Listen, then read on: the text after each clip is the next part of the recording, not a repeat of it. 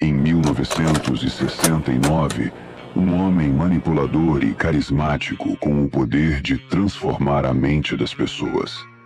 Ele criou uma seita cujos crimes horríveis ainda ecoam no imaginário coletivo. Mas o que aconteceu por trás dos portões da família Manson que até hoje ninguém consegue explicar? Hoje vamos mergulhar nos detalhes sombrios de Charles Manson. Mas a verdadeira pergunta é: será que a mente humana pode ser moldada até o ponto de cometer os crimes mais impensáveis? Você conhece o nome, mas conhece a história completa? Fique até o final e descubra o que ninguém te contou sobre Charles Manson.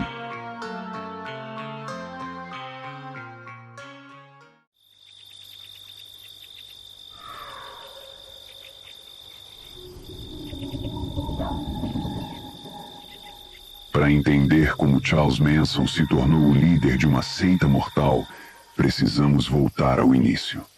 Nasceu em 12 de novembro de 1934, filho de uma jovem de 16 anos que nunca quis ser mãe. Sua infância? Um desastre. A mãe foi presa quando ele ainda era criança. O menino Manson passou de lar em lar, escola correcional em escola correcional. Aprendeu cedo que o mundo era um lugar cruel, mas também aprendeu algo ainda mais perigoso: o poder da manipulação. Enquanto crescia entre prisões e instituições para jovens delinquentes, Manson observava, estudava o comportamento humano, aprendia a falar o que as pessoas queriam ouvir.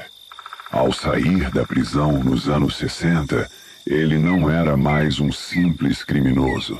Era um homem carismático, capaz de convencer qualquer um de qualquer coisa.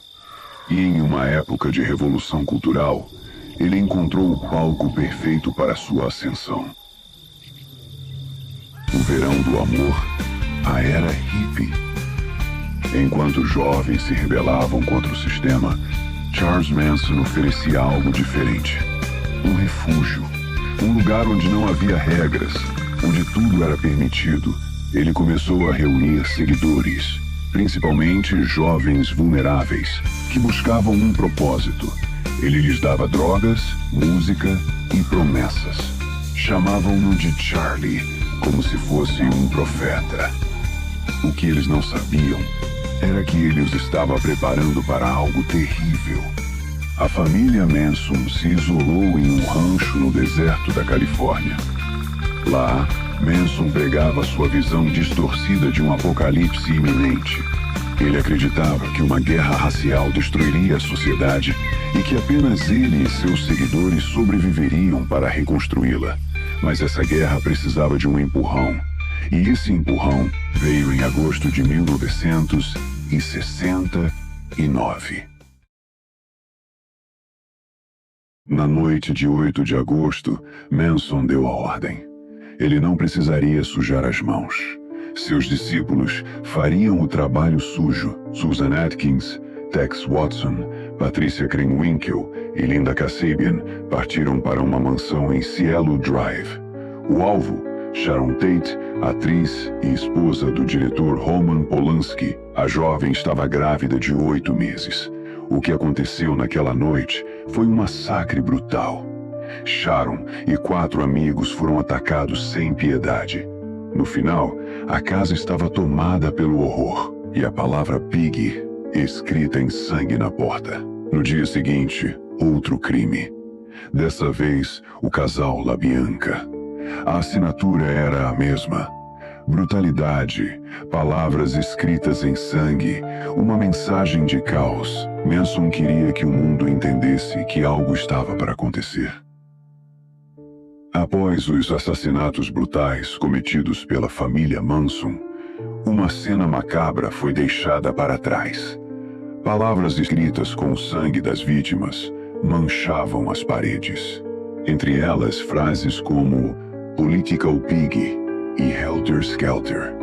Mas essas mensagens não eram apenas atos de crueldade gratuita. Havia um propósito sombrio por trás delas. Para entender, é preciso mergulhar na mente distorcida de Charles Manson.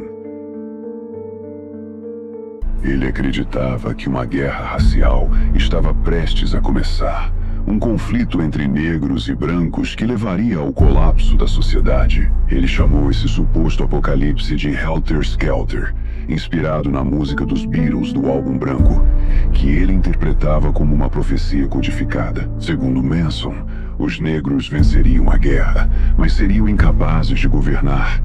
E ele e seus seguidores emergiriam como líderes supremos desse novo mundo. Convencido de que essa guerra precisava de um empurrão inicial, Manson ordenou os assassinatos e instruiu seus seguidores a deixarem mensagens escritas com o sangue das vítimas, tentando incriminar os Panteras Negras. Ele queria que a polícia acreditasse que os crimes eram parte dessa suposta revolução racial, desencadeando um conflito violento e confirmando sua profecia.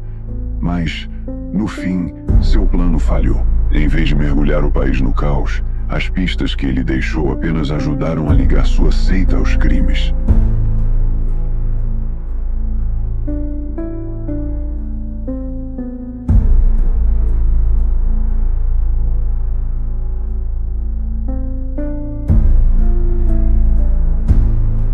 Quando a polícia finalmente conectou os crimes da família Manson, veio o choque. Como um homem que nunca apertou um gatilho poderia ser responsável por tamanha brutalidade? Durante o julgamento, Manson transformou a corte em um circo.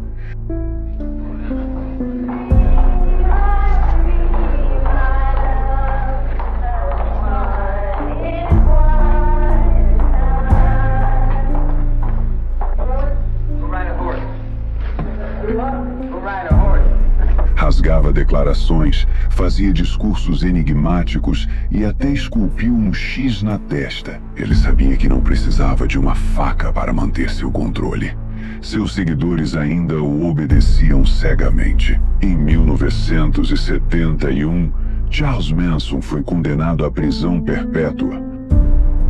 Em 19 de novembro de 2017, Charles Manson morreu aos 83 anos. Vítima de câncer no cólon e insuficiência cardíaca. Mesmo atrás das grades por décadas, ele continuou sendo uma figura enigmática até seu último suspiro. Sua morte gerou uma disputa bizarra por seus restos mortais, com parentes distantes e até fãs reivindicando seu corpo.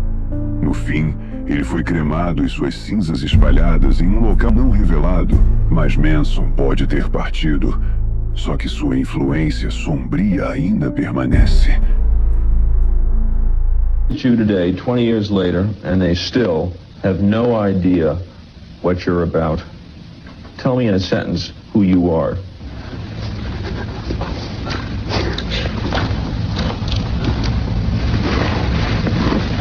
Nobody. I'm nobody. I'm a tramp. A bum, a hobo. I'm a boxcar and a jug of wine. And a straight razor if you get too close to me. I don't want to take my time going to work. I got a motorcycle and a sleeping bag and 10 or 15 girls. What the hell I want to go off and go to work for? Work for what? Money? I got all the money in the world. I'm the king, man. I run the underworld, guy. I decide who does what and where they do it at. What am I going to run around and act like I'm some teeny bopper somewhere for somebody else's money? I make the money, man. I roll the nickels. The game is mine. I deal the card. Mesmo depois da morte, Charles Manson continua assombrando a cultura pop. O cinema, a música e até os quadrinhos foram marcados por sua história macabra.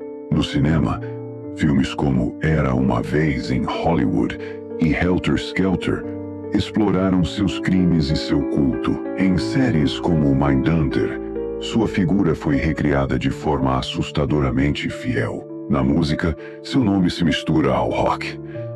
Manson distorceu Helter Skelter, dos Beatles, para alimentar sua ideologia insana. Artistas como Marilyn Manson e Guns N' Roses trouxeram referências diretas a ele. Nos quadrinhos e cultura geek, o impacto também é visível.